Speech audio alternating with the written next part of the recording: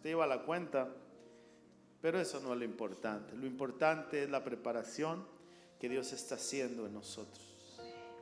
A veces parece que retrocedemos, pero no estamos retrocediendo. Simplemente Dios está construyendo interiormente, nos está fortaleciendo, nos está estableciendo. Oh, porque no andamos por vistas, andamos por fe.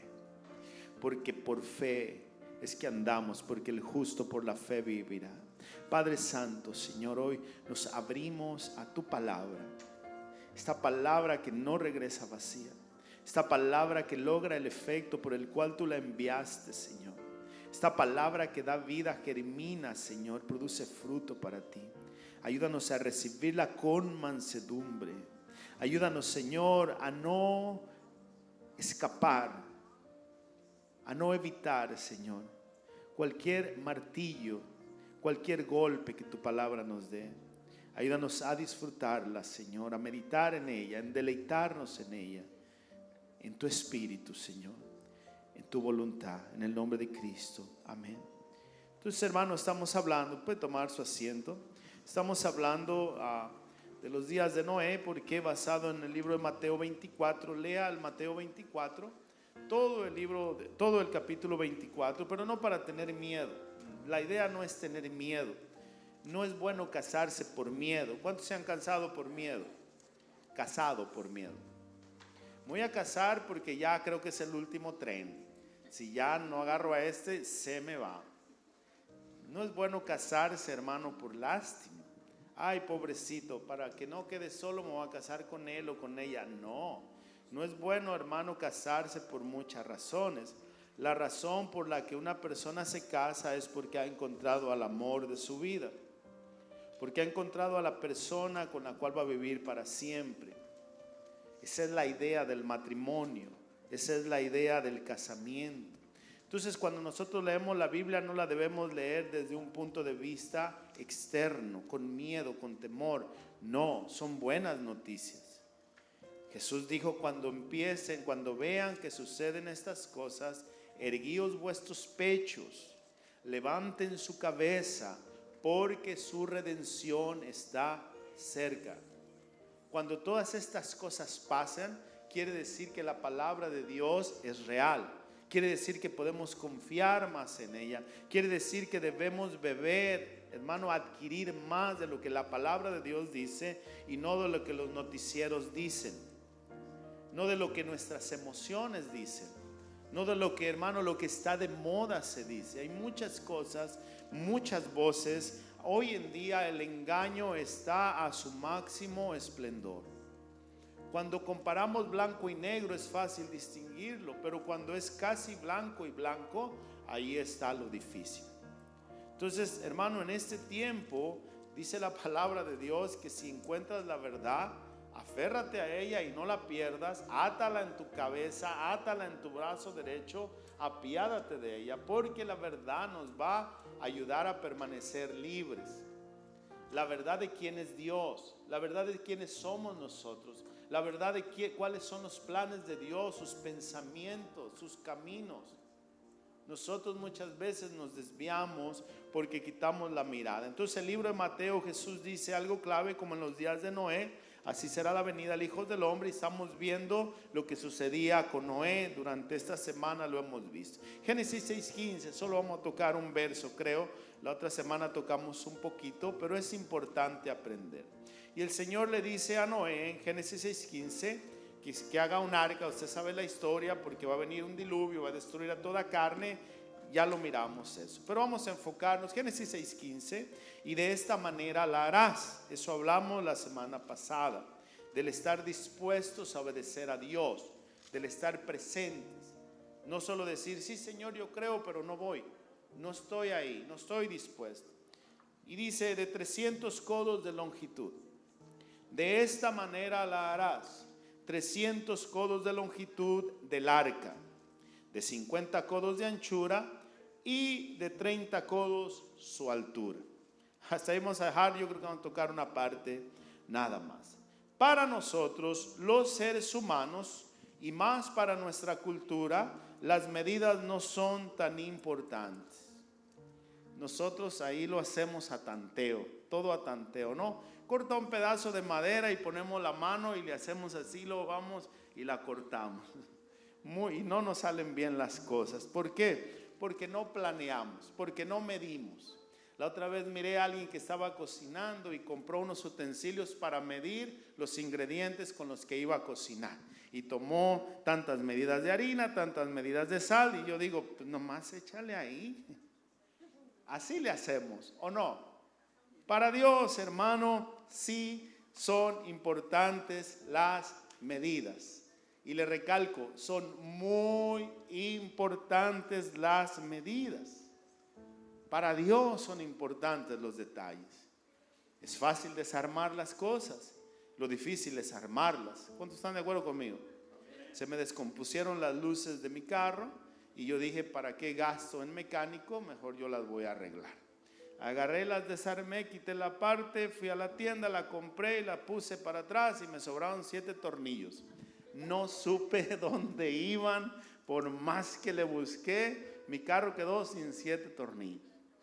¿Por qué? Porque poner atención a los detalles es importante.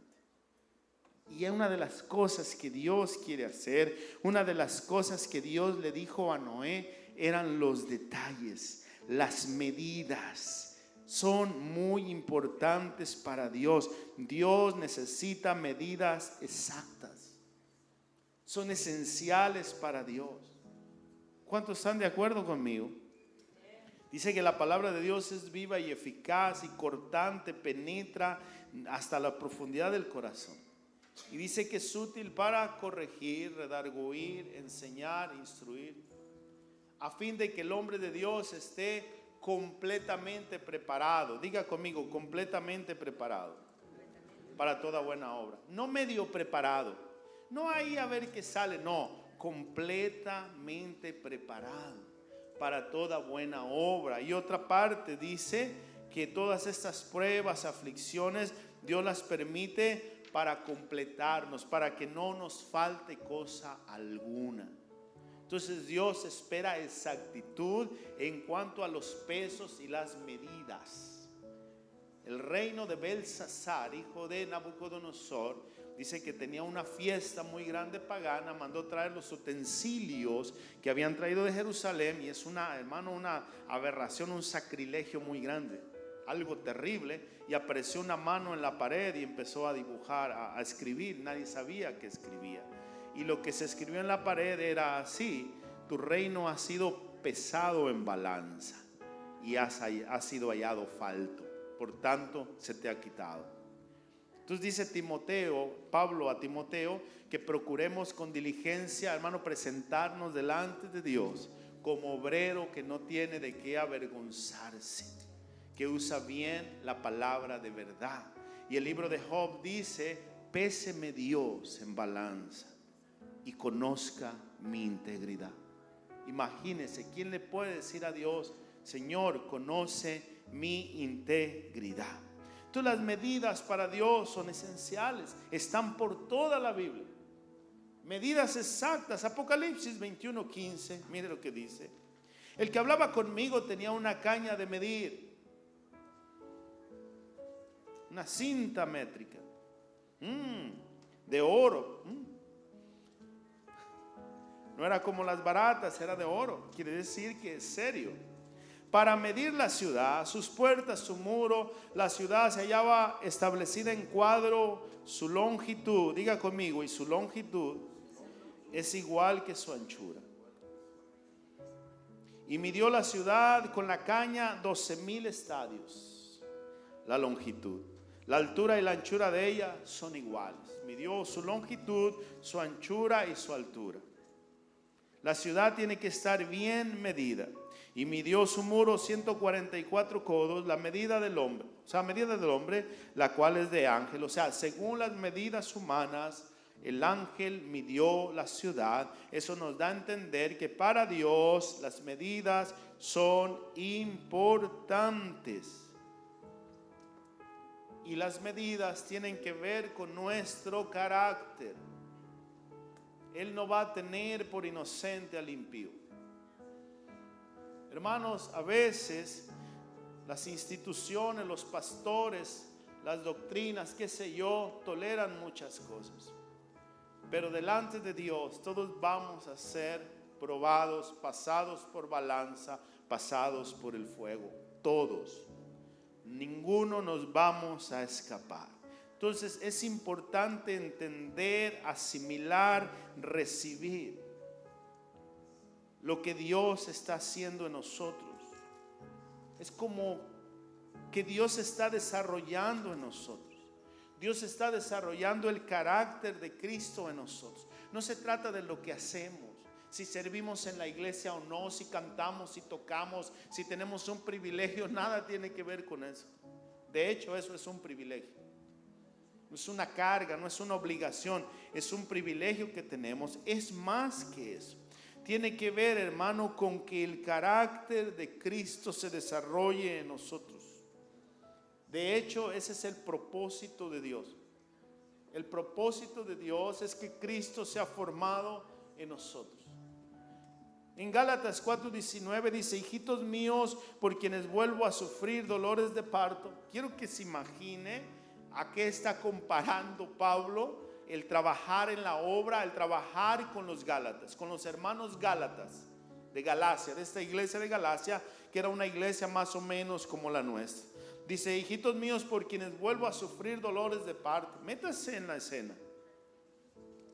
Jesús le dijo a Nicodemo: si no nacieres de nuevo, no verás al reino de Dios. Y Nicodemo pensó así, dijo: ¿cómo puede nacer un hombre siendo viejo? Pobre mamá. Bueno, así es el dolor cuando la gente no avanza, cuando la gente se queda corta, cuando la gente no quiere cambiar, cuando no queremos cambiar, cuando no queremos ser moldeables para Dios, cuando seguimos en nuestra necedad, en lo mismo, no hay un cambio. Y Dios, hermano, es muy específico en las medidas. Dice Pablo: vuelvo a sufrir dolores de parto hasta que Cristo sea formado en vosotros. O sea, así de difícil es el trabajo en la obra del Señor. Es como parir hijos adultos. Por favor, ayude a la iglesia. No sea cruel con ella. No sea cruel con sus pastores. Deje que Cristo sea formado en usted. Deje que el carácter de Cristo, hermano, nos llene, nos inunde, nos transforme. Eso es lo que Dios quiere. Y para Dios son importantes las medidas. Por eso le dijo el Señor a Noé: de esta manera la harás. 300 codos de longitud. Ay, como salga. Ay, tanteale. No. Quiero 300 codos. ¿Está conmigo? Le dijo lo ancho, le dijo lo alto, detalladamente. Y esto representa nuestro carácter, nuestra identidad en Cristo. ¿Quiénes somos en Cristo? ¿O qué espera Dios que seamos? ¿Se ha puesto a pensar alguna vez qué quiere Dios de mí? ¿Qué espera Dios de mí? Porque siempre, hermano, somos muy detallistas en cuanto a lo que queremos de Dios. Y venimos a veces al templo, a la iglesia, a la congregación con una actitud. Y antes diga el pastor que vino. ¿Cuántos vinieron a la fuerza esta noche? ¿Cuántos vinieron peleando todo el camino porque no querían venir? Felicidades. Hay un club muy grande, el cual está aceptando aplicaciones de membresía. Hermano, esta es una lucha, es una guerra. Si usted vino a la fuerza y vino, denle un aplauso al Señor, hermano, por aquellos que no querían venir y vinieron. Ganó. Efesios 3:14. Por esta causa doblo mis rodillas ante el Padre de nuestro Señor Jesucristo. O sea, no doblo mis rodillas por doblarlas. No porque quiero un carro nuevo, no porque quiero un estatus. Hay una razón por la cual doblo mis rodillas ante nuestro Señor Jesucristo. Ponga atención: de quien toma nombre toda familia en los cielos y en la tierra, para que os dé, conforme a las riquezas de su gloria. Mire bien, el ser fortalecidos. Yo doblo mis rodillas, oro a Dios para que ustedes sean fortalecidos con poder en el hombre interior. Ese es el arca. Eso es lo que Dios le está diciendo a Noé. De esta manera lo harás. Quiero estas medidas exactas. Quiero que tu hombre interior sea fortalecido por su espíritu. Hermano, es el Espíritu de Dios al cual no podemos ignorar. Es el Espíritu Santo que nos fortalece. Es el Espíritu Santo que nos da la razón de la cual estamos aquí. Porque si no está el Espíritu, ¿a qué vinimos? Mucha gente dice, ¿a qué voy a la iglesia? ¿Por qué sirvo? ¿Por qué oro? ¿Por qué busco? Porque no hay un sentido, no hay una esperanza, no hay una razón. Porque esto lo revela el Espíritu, pues el Espíritu es el que fortalece. Para que habite Cristo por la fe en vuestros corazones. No dice para que venga cada domingo Cristo, no es de emoción, hermano. Cristo vive en usted y Él quiere desarrollarse en nosotros. Él quiere vivir permanentemente en nuestros corazones por la fe. A fin de que arraigados, escúcheme bien, como un árbol profundo que no se mueve, vienen vientos, vienen lluvias, vienen ríos y el árbol no se mueve. No 2 domingos está bien y el tercer domingo ya no. Está firme, está fuerte, es lo que Dios espera, hermano. Por muy pesada que sea la cruz, Cristo no se rehusó a llevarla. Entonces Cristo, hermano, arraigados y cimentados en amor. O sea, yo pido a Dios que ustedes, hermanos, sean llenos de Cristo en amor. Escuchen bien, y sean plenamente capaces. Ayúdenme, diga conmigo, plenamente capaces. No medio capaces, no un poquito capaces. Plenamente, completamente capaces de comprender. Esto es glorioso. Con todos los santos, cuál sea la anchura, la longitud, la profundidad y la altura. Denle un aplauso al Señor. Y de conocer el amor de Cristo que excede todo conocimiento. No se puede entender. No es humano. Para que seáis, escúcheme bien, llenos de toda la plenitud de Cristo. De esta manera la harás. Quiero medidas exactas. O todo o nada. O 100 o nada. Entonces Dios tiene medidas exactas para el arca. Diga conmigo, Dios tiene medidas exactas para mí. En el hombre interior. Esa se llama madurez. Hasta que todos lleguemos a la estatura del varón perfecto. Un equipo no gana por un casi gol. O es gol o no es gol. ¿Cómo está, hermana? Estoy medio embarazada. Un poquito embarazada. No, o está o no está. Medida exacta, quiero 300. Señor, 299.5. Pastor, yo a usted le creo el 90%. El 95% le creo. Entonces no creo. Hermano, quiero que entienda, Dios es específico hasta que todos lleguemos a la madurez de Cristo. Por eso Dios estableció los ministerios. Por eso Jesús dio los ministerios. Miremos las medidas. Número 1, de 300 codos de longitud el arca. Y esto, hermano, 300 significa algo muy importante. Significa la intervención sobrenatural. Eso significa, aparte de muchas cosas, 300. Aparte que significa probados por Dios. Aparte que significa, hermano, se me va ahorita, pero significa que Dios particularmente nos probó. Los números de 3 dígitos, cuando la Biblia habla de números de 3 dígitos, hablan de una intervención sobrenatural. Y muchas veces se nos olvida esto, de 300 codos, 3 dígitos, 300. Muchas veces se nos olvida que nuestra lucha no es contra carne ni sangre, sino contra principados, potestades, gobernadores, huestes de maldad que operan en las regiones celestes. Se nos olvida que tu enemigo no es tu hermano que tienes a la par, que te cae gordo, que te cae mal. Se te olvida que tu enemigo no es tu esposo, no es tu esposa, no es tu pastor, no es tu jefe. Se te olvida que el enemigo es el diablo. Y que Él está feliz de que nosotros no entendamos y que usemos las armas equivocadas. Y usemos las armas contra las personas equivocadas. Él se ríe, Él se burla. Porque no entendemos que la iglesia no es natural, la iglesia es sobrenatural, que la iglesia de Jesucristo fue establecida por Él y que las puertas del infierno no prevalecerán contra ella. Se nos olvida, hermanos, muchas veces y creemos que la iglesia es natural. No es así. No tenemos lucha contra carne ni sangre.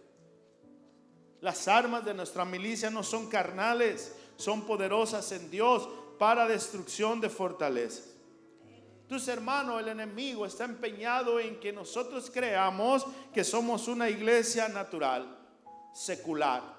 Que es el culto del viernes, el culto del domingo, vamos, la pasamos bien, sentimos bonito. A veces cuando andamos de malas no sentimos nada, a veces no se siente nada, pero hay que forzar a nuestra carne. No quiero levantar mis manos, yo las levanto porque aquí no manda mi carne, mando yo.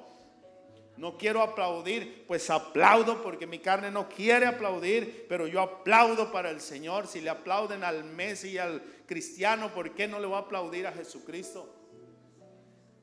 Si mi carne no quiere perdonar, si mi carne no quiere hablar al que me cae mal, si mi carne quiere dominarme, aquí no domina mi carne, aquí manda Dios, aquí manda el Espíritu, aquí manda el Señor.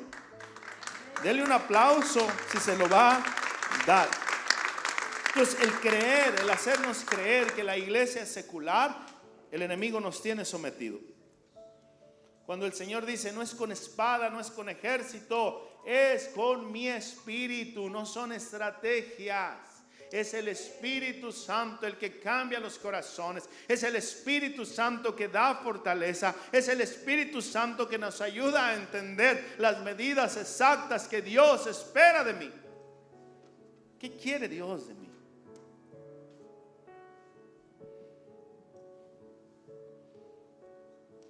El número 300, hermano, aparte que es 3 dígitos, es específico.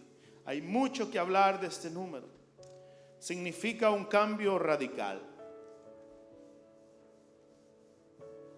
Aparte de muchas cosas, significa el crear un precedente. Hay una diferencia en el número 300. Hay una diferencia entre el que es cristiano y no es cristiano. Hay una diferencia entre el creyente y el no creyente. Hay una diferencia entre el hijo de Dios y el hijo del diablo. Debería de haber una diferencia. Si no hay ninguna diferencia, estamos en problemas. Si aman ustedes solamente a los que les aman, ¿qué recompensa recibirán? Lo mismo hace Nicolás Maduro y el coreanito del norte. Hace lo mismo. Halaga a sus amigos, invita a sus amigos, tiene su grupito. Oigan, si ustedes hacen lo mismo, ¿por qué debería castigarlos a ellos y a ustedes premiarlos? Díganme por qué. Hay una diferencia. El número 300, hermano, es un precedente. Si no hay un cambio radical en nuestra vida, si no nos convertimos de verdad a Dios, nos convertimos en hipócritas. Esto es bien duro, hermano. A mí no me gusta aplicar esto. Creo que me voy a mover allá a la prosperidad. Bendición, bendición, bendición, bendición.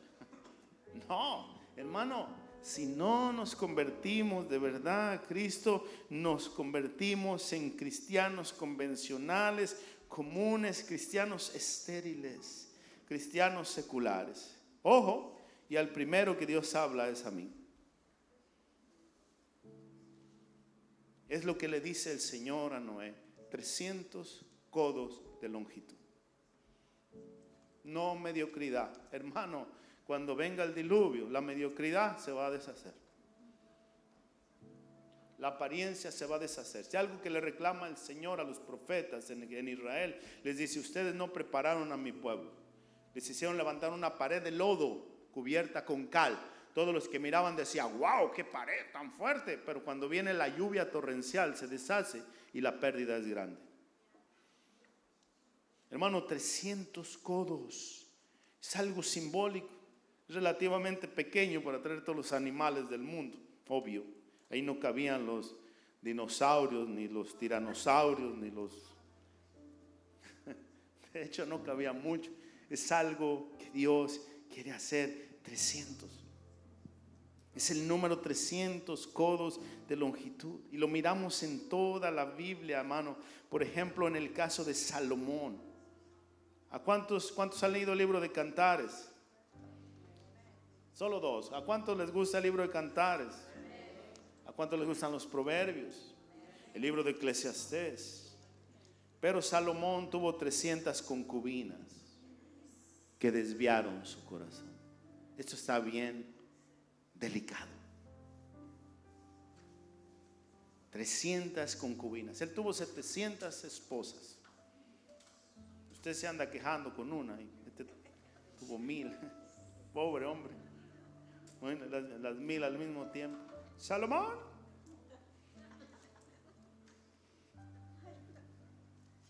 $300 concubinas que le desviaron el corazón.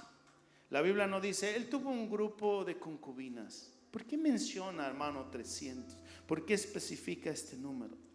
Porque fue algo que marcó un antes y un después. Ojo, al hombre más sabio de la tierra.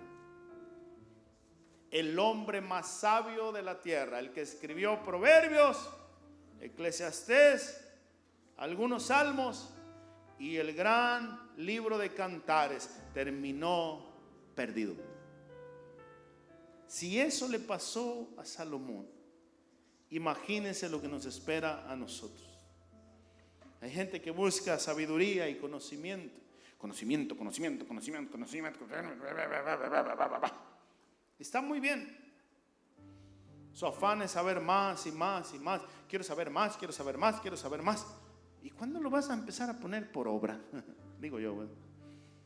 Hermano, se sabe la Biblia de memoria y cree que por saberse la Biblia de memoria es suficiente. No, hermano, Salomón la escribió y no fue suficiente. Diga conmigo, no es suficiente. Algunos buscan riquezas. ¿Cuántos buscan riquezas? Un poder, influencia, un estatus, ¿no? Un ministerio. Para mi ministerio. Yo me río, hermano, porque el único ministerio que tenemos es llegar a ser siervos inútiles. Digo, cuando hagamos todo lo que se nos pide. Eso es lo que más aspiramos. Salomón, hermano, termina diciendo: todo bajo el cielo es vanidad. De alguien que tuvo. Nosotros muchas veces no tenemos y nos creemos la gran cosa. Nos creemos superiores a los demás. Porque adquirimos esto, porque adquirimos aquello, porque tenemos algún don. Estoy hablando a manera general, no se ofendan ni lo tomen personal. Salomón lo tuvo todo y termina diciendo: es vanidad. ¿A causa de qué? 300 concubinas. Hermano, lea la Biblia, por favor. Primera de Reyes 11. Mire, Primera de Reyes 11. Vamos a ir leyendo hasta el 4. Pero el rey Salomón amó, ponga atención, además de la hija del faraón, una egipcia, a muchas mujeres extranjeras, a las de Moab, a las de Amón, a las de Edom, a las de Sidón, a las Eteas, gentes de las cuales Jehová había dicho a los hijos de Israel: no os lleguéis a ellas, ni ellas se llegarán a vosotros, porque ciertamente harán inclinar vuestros corazones tras dioses. A estas pues se juntó Salomón con amor. Mire, hermano, le digo con todo mi corazón, a Dios no lo queremos amar porque no se lo demostramos, pero a todas estas sí. A estas Él amó tanto, hermano, que les construyó templo a cada una de ellas para su Dios.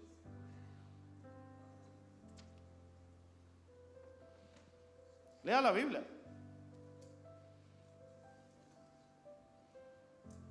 Las amó con amor.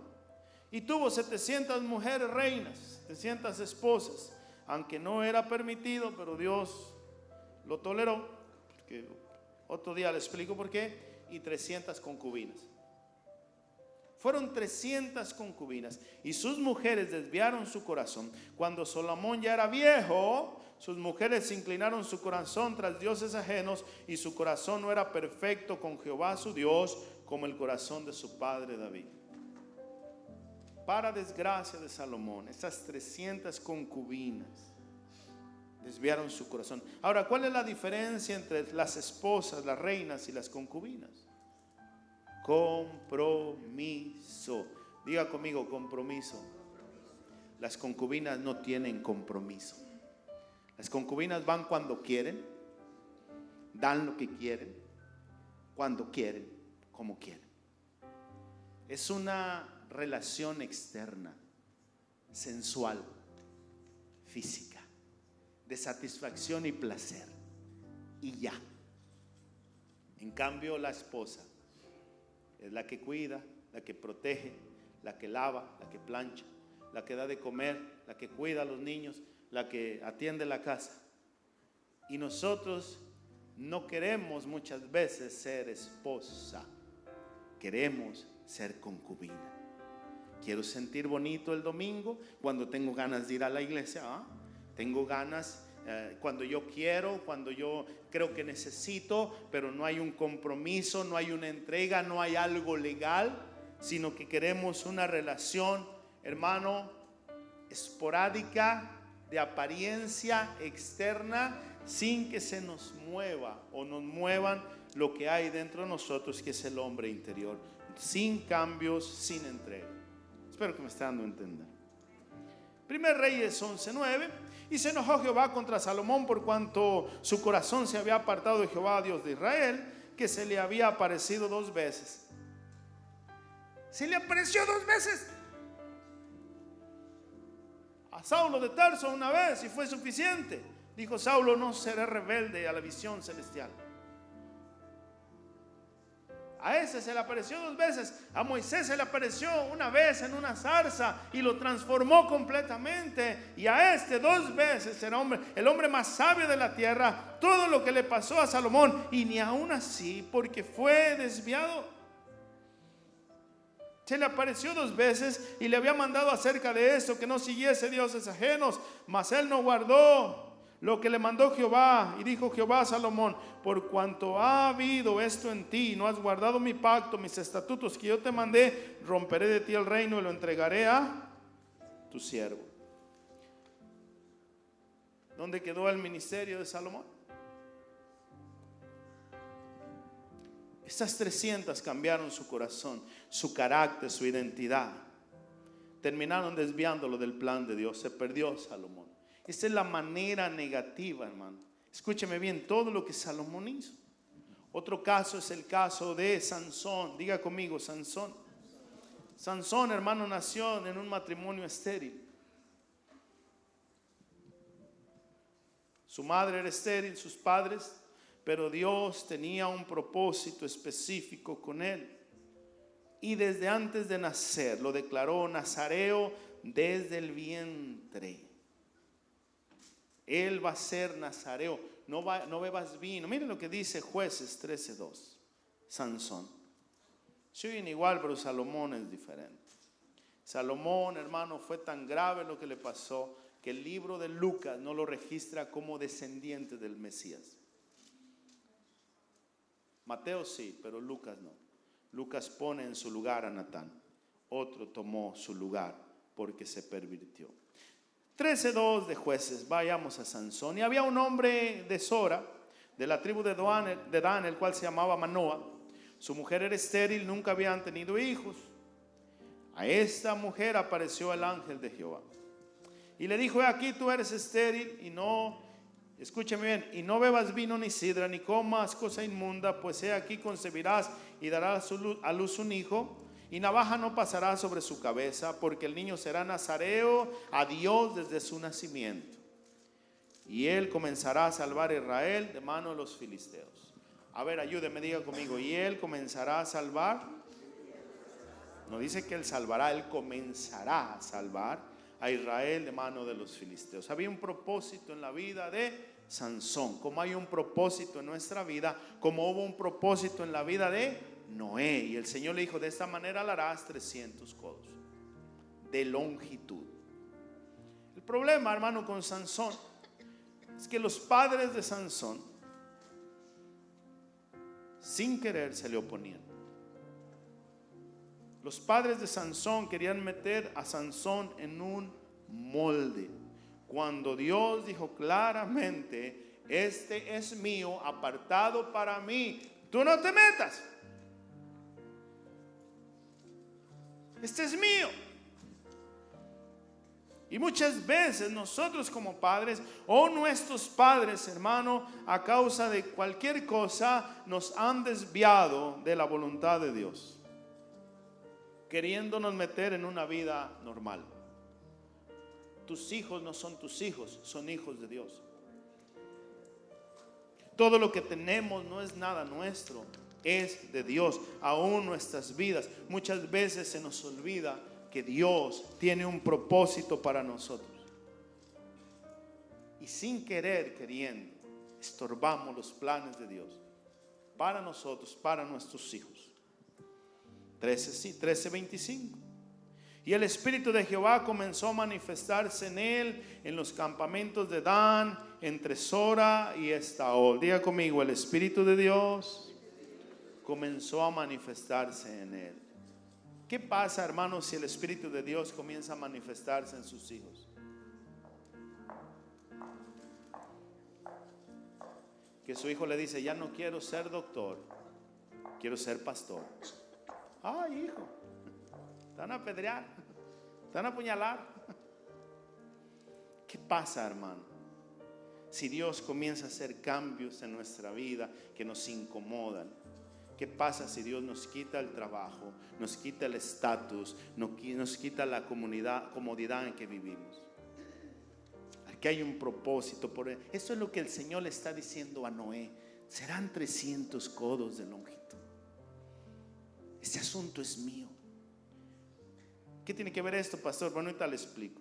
Dice que ahí estaba, hermano, en los campos de Dan, en los campamentos de Dan. Dan significa juzgar. Diga conmigo: juzgar. Cuando ya comienza a juzgar. Mire, hermano, entretener y engañar a los niños es fácil. Lo llevo a Chuck E. Cheese y el niño obedece y va a Chuck E. Cheese. Chuck E. Cheese, hermano, es un lugar de niños, venden pizza, muy rica, por cierto, para los que no conocen. Pero ya cuando el niño empieza a juzgar, el niño no es suyo. Hermano, las cosas se salen de nuestro control porque Dios comienza a tomar las cosas en su mano. Y dice entre Sora. Sora quiere decir enfermedad, quiere decir tierra baja. Y Estaol significa las llanuras. Hay una mediocridad en la cual estamos muchas veces y queremos meter a nuestros hijos, meternos en ese molde. Eso es lo que el Señor le dijo a Noé. Entonces, aparentemente Sansón era un rebelde. ¿Cuántos tienen hijos rebeldes acá? No diga amén, no queremos saber. Entrégueselo a Dios. ¿Cuántos tienen esposos rebeldes acá? Entrégueselo a Dios. Qué bueno que nadie dijo amén.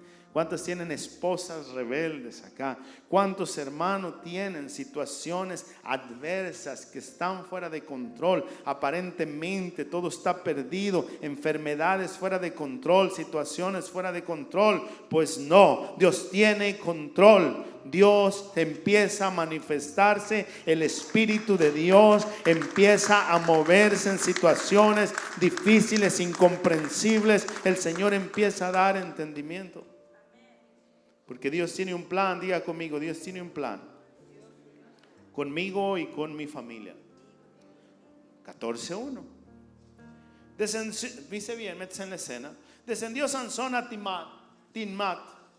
Timnat significa imagen, apariencia.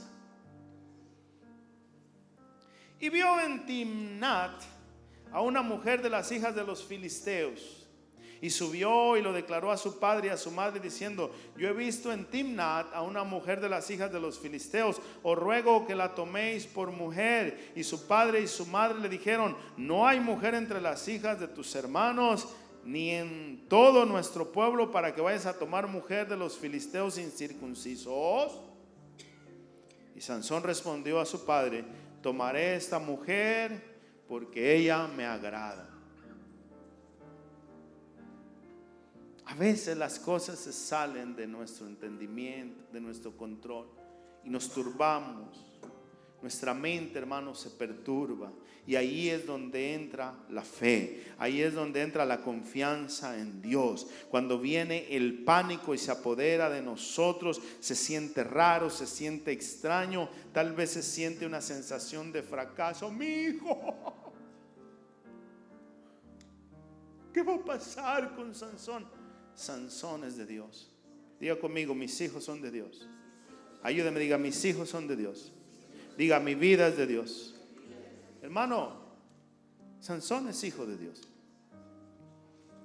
Y lo que Sansón hacía era de parte de Dios, por muy raro que parezca,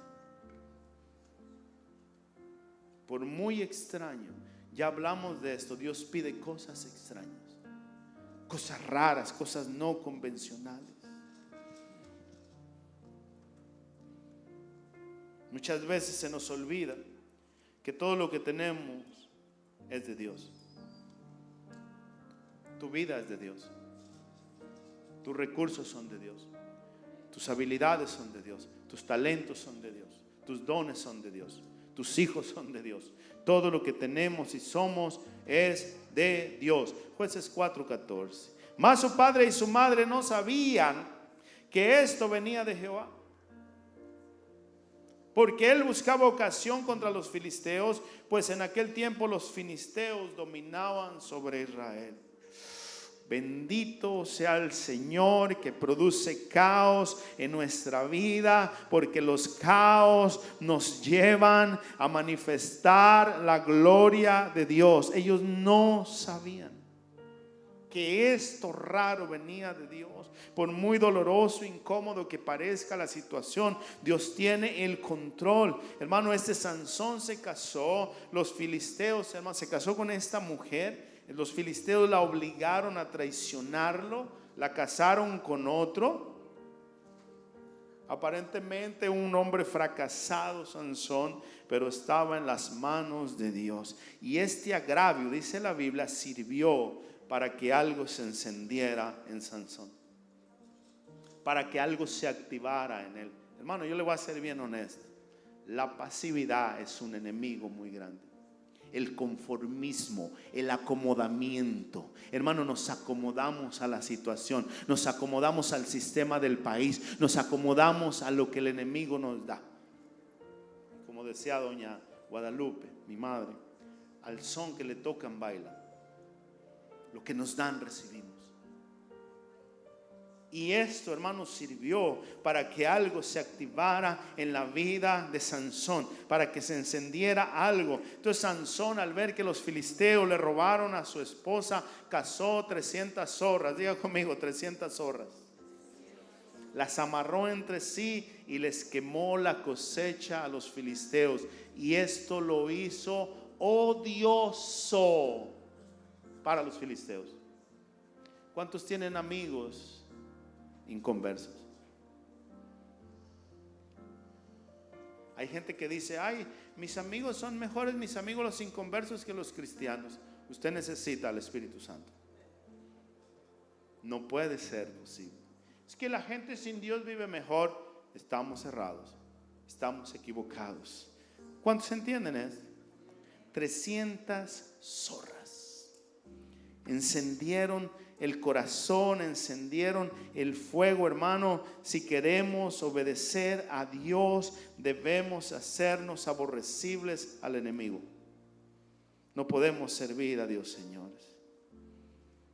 El pueblo de Israel estaba acostumbrado a la esclavitud. Estaba acostumbrado, hermano, a la codependencia del enemigo. ¿Cuántos están acostumbrados a la codependencia del enemigo? A llevar la fiesta en paz. no vaya a ser que se enoje. ¿Quién? ¿Quién se enoja, hermano? ¿Dios? ¿A quién buscamos que no se enoje? ¿A yo mismo? ¿A los dioses ajenos? Estamos acostumbrados a las migajas que caen de la mesa.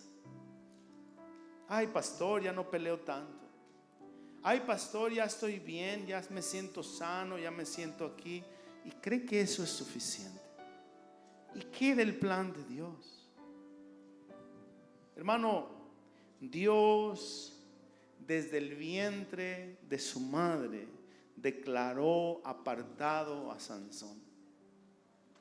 Dios desde antes que nacieras ya te había designado, ya te había dado tu asignación, ya tenía su propósito. Es más, tú naciste y estás aquí porque Dios quiso, porque hay un propósito de Dios y muchas veces se nos olvida. Sus padres no lo apoyaban. Sus padres lo querían hacer común. Cuando yo le dije a mi madre, soy cristiano. Ah, ¿ya te hiciste cristiano? Sí. Digo así, pues ya no está, no me está viendo. Ah, pues ni modo, me dijo. Pues ya que. Digo, ¿me prefieres borracho? Hay gente que prefiere borrachos a sus hijos. Hay gente que prefiere drogadictos, aunque usted no lo crea. Hay gente que prefiere a sus hijos perdidos a que acepten y reciban la fe en Cristo Jesús. Su madre y su padre con sus complejos, hermano, lo estaban opacando, lo estaban deteniendo. No recibió ningún apoyo de sus padres, de sus hermanos, ni siquiera del pueblo de Dios que estaba en esclavitud. Sansón tuvo que mirársela solo. 300 zorras, diga conmigo, 300 zorras iniciaron el ardor de su corazón, que es lo que necesitamos. ¿Qué hubiera hecho usted si fuera padre de Sansón?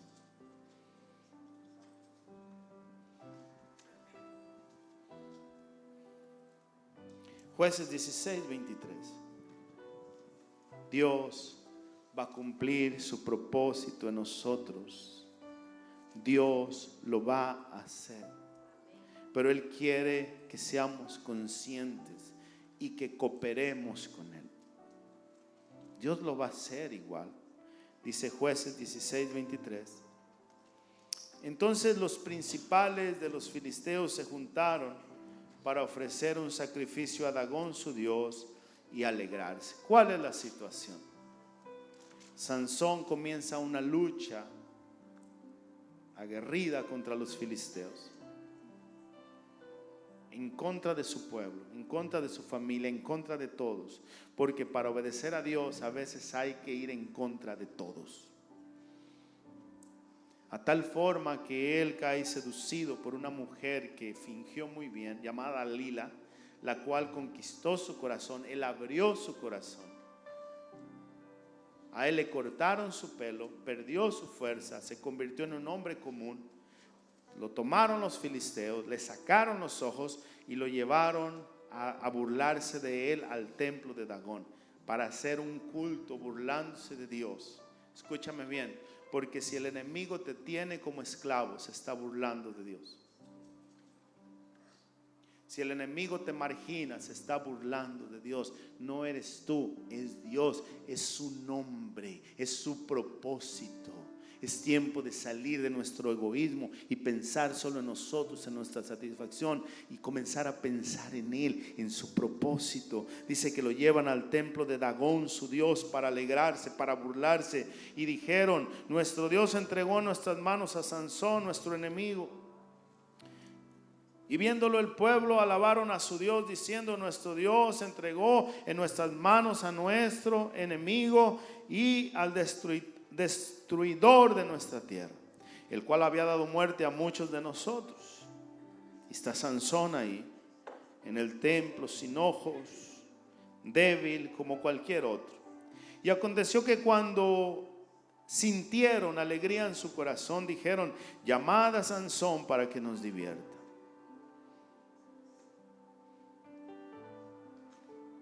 Diga conmigo, yo no soy juguete del diablo. Yo soy un propósito de Dios. De esta manera lo harás 300 codos, 300 zorras, para incendiar las cosechas de los filisteos y hacernos aborrecibles. Va a haber problemas, va a haber problemas.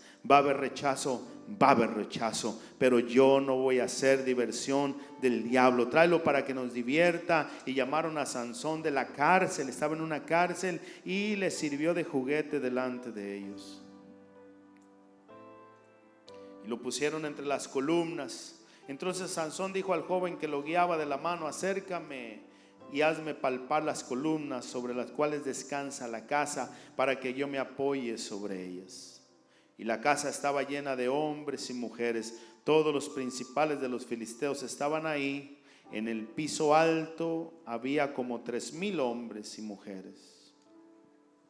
Y estaban mirando el escarnio de Sansón. Entonces clamó Sansón a Jehová. Tú te puedes acomodar a tu situación y seguir siendo esclavo y el hazme reír del diablo.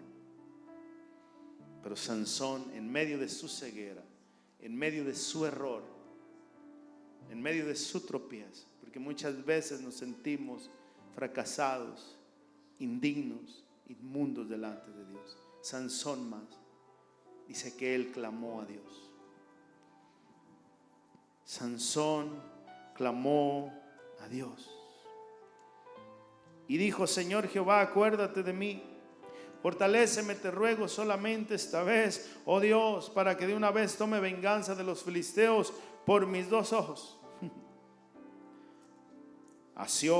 Se agarró Sansón de las 2 columnas del medio sobre las que descansaba la casa y echó todo su peso sobre ellas, su mano derecha sobre una, su mano izquierda sobre la otra. Y dijo Sansón: muera yo con los filisteos. Entonces se inclinó con toda su fuerza y cayó la casa sobre los principales y sobre todo el pueblo que estaba en ella, y los mató. Al morir fueron muchos más que los que había matado durante toda su vida.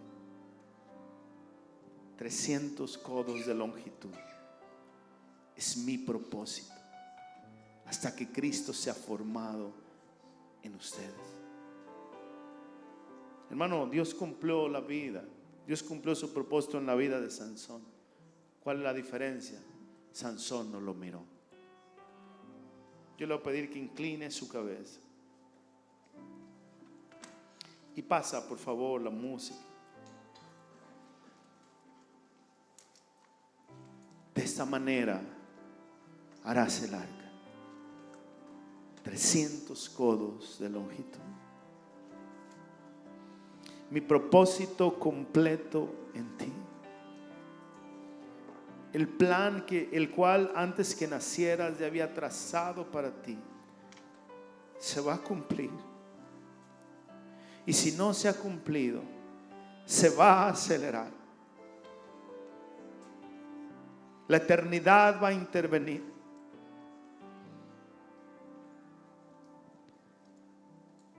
Trescientas concubinas desviaron el corazón de Salomón, aquel hombre que estaba en el proyecto, que estaba en el corazón de Dios, al cual se le presentó 2 veces y le habló,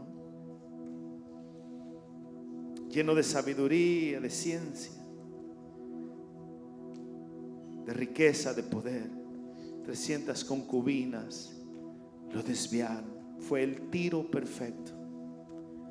Pero a Sansón 300 zorras lo activaron.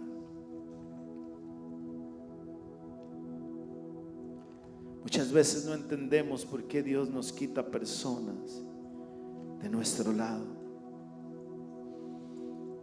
Muchas veces no entendemos por qué perdemos cosas.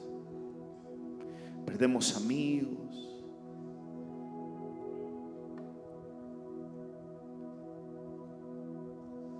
Dios nos quita cosas. Sansón tuvo que tomar una decisión y fue fue de parte de Dios.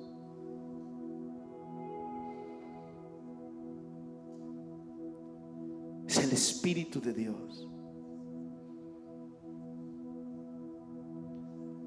que está obrando en tu hombre interior. Él necesita 300 codos de longitud. Él necesita la longitud cabal, porque vamos a ser pesados en balanza, vamos a ser medidos con una cinta de oro, y no podemos ser hallados faltos. Como en los días de Noé, así será la venida de Cristo. Hacia un arca de 300 codos. Vas a ser probado. Vas a tener que entregar cosas que no has querido entregar. Vamos a tener que dejar la comodidad. Vamos a tener que perder el control. Ponte de pie, por favor. Y en medio de la angustia,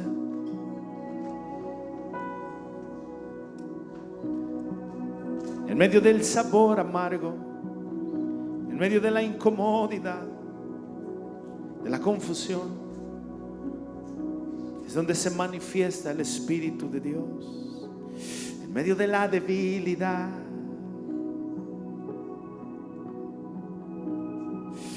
en medio del no saber hacia dónde ir, en medio del abandono, la soledad, muchas veces nos sentimos solos.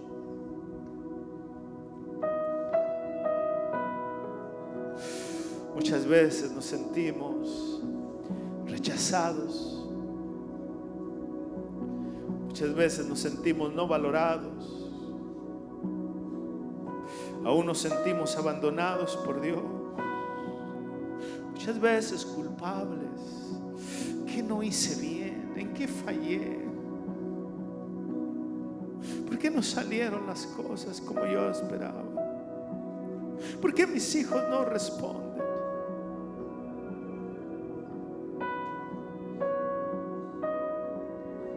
¿Por qué no recibo cosecha de lo que siembro? 300 codos de longitud. Dios te está probando. Dios te está formando hasta que Cristo se ha formado en ti. Pero duele mucho. La cruz pesa.